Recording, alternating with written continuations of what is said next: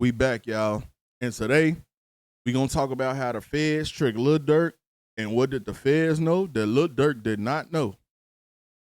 But first, we got to speak on how did we get here. The third superseding indictment does not have Vonnie or Flocka listed as defendants, also now calling OTF the Banks Gang Enterprise. They do bring up the ATL case, which, you know what I'm saying, they were saying that Durk and Zoo didn't do nothing. It was all Von. And the charges got dropped. We're going to get into all that later. And on top of all that, they brought up the case where Stephon Mack got killed. So we finna get right into it, man. We finna show y'all what the feds knew before Lil Durk knew and how the feds tricked Lil Durk. You know what I'm saying? So let's get right into it.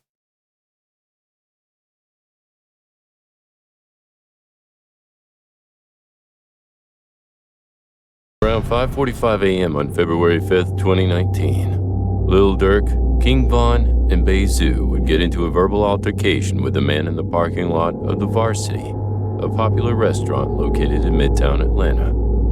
The man, whose name was Alexander Weatherspoon, was a 23-year-old Vice Lord member and was known on the east side of Chicago for cracking cards and scamming. Witnesses say that the altercation would soon turn violent after 13 shots were fired, hitting Alexander Weatherspoon once in his femoral artery. Weatherspoon would then stumble across the road before collapsing in front of the One Cigar Lounge, traumatizing late-night customers. Witnesses would then scramble to call 911 while a SUV with 300 blasted on. Now, according to the new paperwork, Von didn't have a gun at all. Zoot and Dude had a fight. You know what I'm saying? And the paperwork also states that Zoo was shooting, and they said Durk put his arm out the window, and he was shooting. All in the new paperwork. Let's keep going. On the side would be seen leaving the scene simultaneously. Emergency services and law enforcement would quickly arrive at the chaotic scene and immediately transport Alexander Weatherspoon to the Atlanta Medical Center for emergency surgery, while detectives would begin to investigate the crime scene and speak to any possible witnesses. The on-scene investigation would reveal that 13 shell casings were found at the scene, coming from both a pistol and a rifle. A 9mm. You see that? 13 shell casings, one from a pistol, one from a rifle. Like I said, it don't state what gun they saying Durk had. It don't state what gun they saying Zoo had. But the paperwork does say after Zoo had the scuffle, he let off some shots, and they do say that Lil Durk put his arm out the window when he shot as well. Their handgun was also found nearby.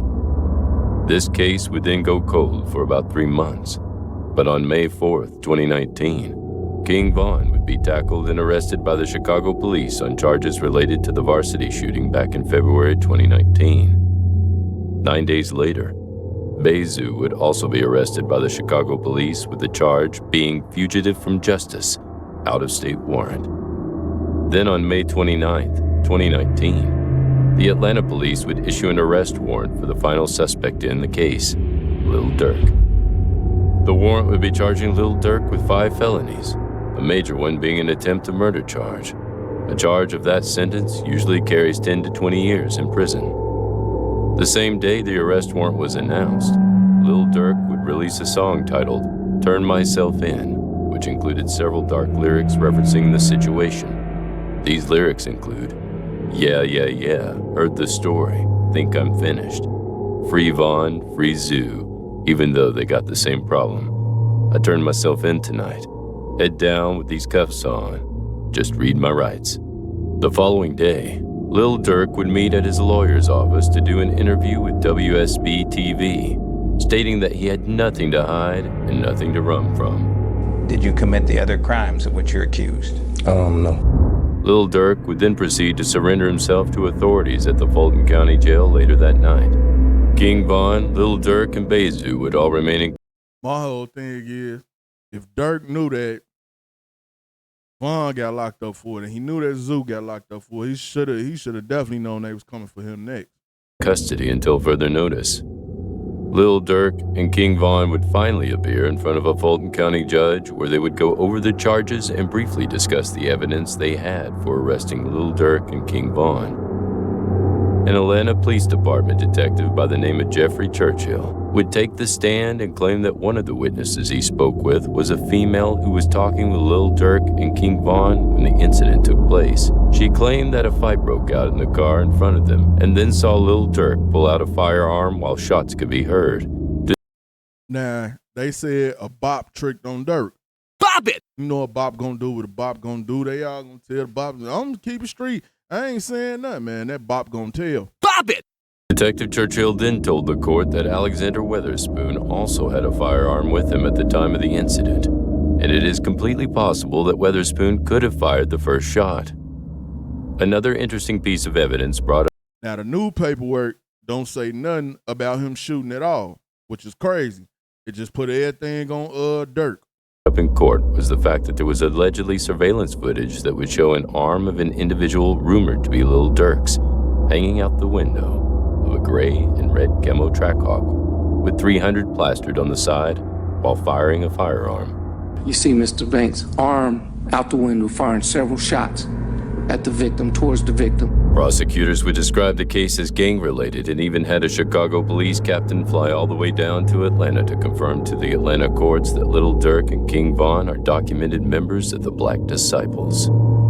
At the end of the court hearing, it was determined that Lil Durk and King Von were to continue to remain in the Fulton County Jail. 6 days later, at another court hearing, prosecutors would submit a request to Fulton County Judge Kevin Farmer to not give Lil Durk bond and have him remain in custody until further notice.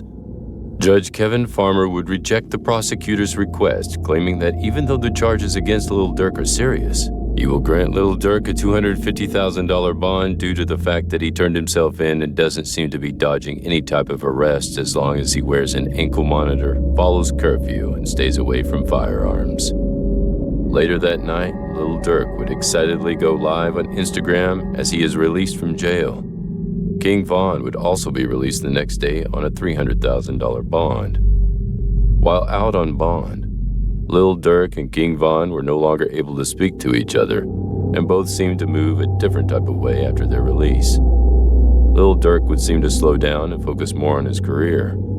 King Von, on the other hand, would continue to live a fast and dangerous lifestyle despite already beating a murder charge back in 2017. This arrest arguably brought the most mainstream attention King Von has ever received at the time. Furthermore, skyrocketed. Vaughn felt like, I beat one body, I'm going to beat another one. We out of here. Let's go. Vaughn was on go mode. We back to it. Let's go. Getting his music career and street reputation. King Von was still going back to O Block and hanging out with some of the most dangerous individuals on the streets of Chicago. Only this time, he would hand out large amounts of cash and custom expensive jewelry. This would give off the impression that King Von is funding and rewarding members of the O Block street gang for their work and loyalty. King Von would also start up Get Back Gang Entertainment in an attempt to give top O Block members a rap career in order to increase the gang's notoriety both on a street and mainstream level while monetizing it in the process. A very dark turning point in the story would occur on August 4th, 2020, when King Von's most notorious rival, FBG Duck, was murdered in broad daylight while out shopping at the Gold Coast Luxury Shopping District in Chicago, Illinois. King Von's music made multiple references to FBG Duck and the 63rd and St. Lawrence Gang, making both FBG Duck and his block the subject of many disrespectful jokes and memes online. The most popular instance of this is in King Von's Took Her to the O, a song that describes Von getting confronted by a man rumored to be FBG Duck, and the situation ends up turning violent. Rumors on what exactly happened to FBG Duck would begin spreading online, with the most popular narrative being that King Von and O Block were responsible for the murder of FBG Duck. Fans all across the world were really starting to believe and see with their own eyes that King Von and Lil Durk were possibly the most dangerous men in hip-hop. Then just 9 days later, after the murder of FBG Duck, Lil Durk would arguably have the most important moment in his career take place when he would be featured on Drake's hit song, Laugh Now, Cry Later. The Drake collaboration would bring a whole new massive audience to Lil Durk and his music, sending eager fans down rabbit holes only to discover that Lil Durk and his associates have extremely dark pasts involving lots of violence and even death. Lil Durk and King Von would take all the attention they were getting from both the Drake collaboration and the FBG Duck situation to double down on their savage street reputations, regardless of the fact that the two were both very well aware that they were on bond and being heavily monitored by authorities. You ain't have your gun for them, you better have your gun for me. Better have your gun for Booney. Man, this is probably one of the worst videos Durk ever made in his life. Better have your gun for C. You don't believe me, you gon' see. You gon' end up by that tree. But I got my gun for Boone, they call him Chief. But we should've killed him sooner, cause he a thief. Know that we did it. Dumbest thing you could have ever seen. No, we did it. King Von would even record himself getting off a plane only to be greeted by law enforcement officers with badges. Two officers trying to search me in the plane. They talk about, let me search your bag out. Let me get y'all ID one more time before I leave. Take a picture of my badge. Y'all want to search me for what? Remember, it's space. It wasn't too long before the ship began to sink. On November 6th, 2020, King Von would get into an altercation with Quando Rondo, a rapper with close ties to NBA Youngboy, another rapper in which Von had problems with behind the scenes. This split-second altercation outside of the Monaco Hookah Lounge in Atlanta would abruptly end with Quando Rondo's right-hand man, Lil Tim, fatally shooting King Von. Lil Durk would then release his highly... A lot of people are also saying Lil Tim not the one that killed King Von, but it was the police that killed King Von. They swept it under the rug, but as y'all see, they let Lil Tim out for a reason. No charges, dropped his case. Let's go. highly anticipated album, The Voice, a little over a month later, which featured some quite telling lyrics.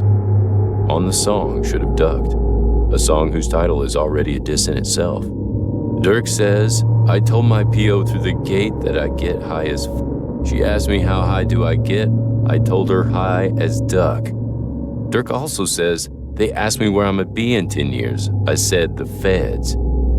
These lyrics came off to most fans as Lil Durk somewhat accepting the fact that his one-of-a-kind hip-hop run will ultimately come to an end with him receiving a hefty prison sentence. 7 months after King Von's sudden death, Lil Durk's brother D-Thang would also be shot and killed outside of a nightclub called Club O in Harvey, Illinois. While losing another person so close to you is already a lot to deal with in itself, it must be even more difficult to deal with when a lot of the speculation of why D-Thang was killed in the first place was because rival gang members have a tough time getting to Lil Durk due to his celebrity status, so his enemies just got the next closest thing. A few weeks later, trouble would continue to follow Lil Durk after his Atlanta mansion was broken into by alleged enemies of Lil Durk. I'm gonna tell y'all exactly what's gonna happen. What I think is gonna happen. They added in all them new charges. They brought in a bunch more snitches and all that. Durk case probably get delayed to sometime next year, maybe even 2028. By that time, it's gonna be even more stuff. Because now they calling him a big bank gang enterprise. And they saying he the leader of that. So now that they saying that, they trying to add on more and more and more and more and more. Everything he had something to do with, anything his name attached to, they trying to get it all in there at one time. Shots were reportedly fired in the home by Durk's girlfriend, India, but it was rumored that this would just be a cover-up in order to prevent Lil Durk from getting arrested since he was already a felon on bond. The dominoes would proceed to fall, but on a whole nother level this time, because on October 13, 2021, the FBI would raid O Block and arrest 5 members of the street gang for the murder of FBG Duck. The most notable of the 5 arrested was Muwop, King Von's right-hand man. This wouldn't come as a surprise to most drill fans, as there was many pieces of evidence that hinted at O-Block being behind the FBG Duck murder. One interesting piece worth mentioning is the fact that King Von gave Muwap his iced-out O-Block chain just 11 days after the murder of FBG Duck. King Von would also start shouting out Muwap more than ever on his story and had him in the studio with him at just about all times. This Muwap, he crazy. He got all type of button on his left. Muwap was also one of the most fearless out of the group when King Von was shot and even punched Quando Rondo in the head in order to help Von. The federal indictment revealed that they were all being watched prior to the FBG Duck incident, indicating that if King Von were still alive today, he most likely would have been sitting in the same jail as Muwap at this exact moment. So with all of this chaos going on, it left most fans wondering whatever happened to Lil Durk, King Von, and Bezu's case in Atlanta. Well, back in 2021, the victim of the case, Alexander Weatherspoon, would be arrested on federal charges after allegedly stealing multiple identities and using them to fraudulently obtain money in order to purchase various luxurious items. The victim plays a big role in convicting the defendants in a criminal case, so having him in federal custody as well as the chaos that came with 2020 on a global scale most likely slowed down any proceedings of the case. Then on October 24th. Now, allegedly, because they also saying this, that whether it was Durk, even though they got him the leader of the enterprise, they saying somebody paid dude not to say nothing. Keep his mouth shut. He ain't say nothing. He ain't tell on nobody. Kept his mouth shut. Let's keep going. 2022. It would officially be announced that after over 3 years since the original incident at the Varsity happened, the Fulton County District Attorney's Office would drop all of the charges against Lil Durk and Bezu. The Fulton County District Attorney was not shy in stating that King Von would have been indicted for the incident if he were still alive today, which could potentially indicate that Durk's legal team put all the blame of the shooting on Von since he had passed away. Fans online. Now, this is where the feds come in at. Y'all know Fanny, big panties. Y'all know how Fanny is. Fanny gonna take you down. If she get her hands on you, she's finna tie you up. Fanny come out of nowhere, drop all the charges against Durk. People speculated. They put everything on Von. Okay, Von dead. This is the part everybody missed. They didn't beat the case. The case just got dropped. When the case got dropped, people were shocked. Just like that. Dude ain't say nothing because he allegedly got paid. The feds done came in and told Fanny with the big pennies, go ahead, drop the case. And this is exactly how they got Lil Durk. Because the feds knew they gonna do something else. They got more stuff going on. Don't even charge him now.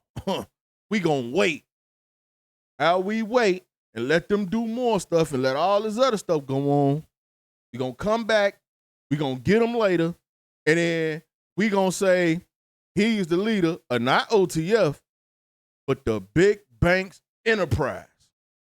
So I'm telling y'all, the longer Lil Durk sit, the more stuff gonna come out, the more people gonna tell, and the more stuff they finna add on him for being in charge of the big bank gang enterprise. Why is that a little bad for Durk? Because for one, now you're gonna have to pay your lawyers more money. You finna make less money, and you finna be sitting for way longer because now your trial finna be delayed. More people gonna trick on you. More people gonna come forward, and you best believe the feds is working hard. They combing through every song, every lyric. They combing through every area y'all was at, everything. They looking for video footage. How they doing all that right now? Anything that could come in on this enterprise RICO, because now it's a RICO. It wasn't a RICO at first, but now ain't got a RICO. So, this is what they doing to him. The real bad part is, you might be one charge, you might even be two. But when most of your charges carry life or death, and you up to like 5 of those already, each one of them life or death, no years associated with it. It's how the feds trick you, man. Y'all better be careful out there. The feds know what they do. The feds ain't stupid as people think they are. And once they come and people get to running their mouth and they know that, it make their job way easier. But that's how they trick Lil Durk now. We don't even know if they really put it on Von. All the records from the case got sealed or whatever, but you best believe the feds finna open that file up. Then we gonna know if they put it on Von or not. But I don't think they put nothing on Von. Which means, why would the Atlanta, Fanny and all them put that out there and said that King Von would have been locked up for it? We don't even know if they did. I think the feds did that too. Because why Von did? Why did they have to say that? So more than likely they did that too. They orchestrated this whole thing just to come back later and take Durk down for everything. It would be ecstatic at the news claiming this is great for Lil Durk and that it must be a huge weight lifted off his shoulders. But just because the state dropped the charges doesn't mean that he's fully in the clear. Since the charges were dismissed and the defendants were not found guilty, it wouldn't be out of the ordinary for the state to intentionally drop the case if they knew it could be a part of a much, much bigger case. You know, maybe like a RICO. That's how the feds tricked them, and that's exactly where we at right now. A whole RICO case.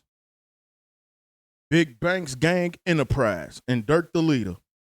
Only time will tell, but many credible individuals with close ties to these situations seem to be hinting at the fact that Lil Durk's problems may have only just begun.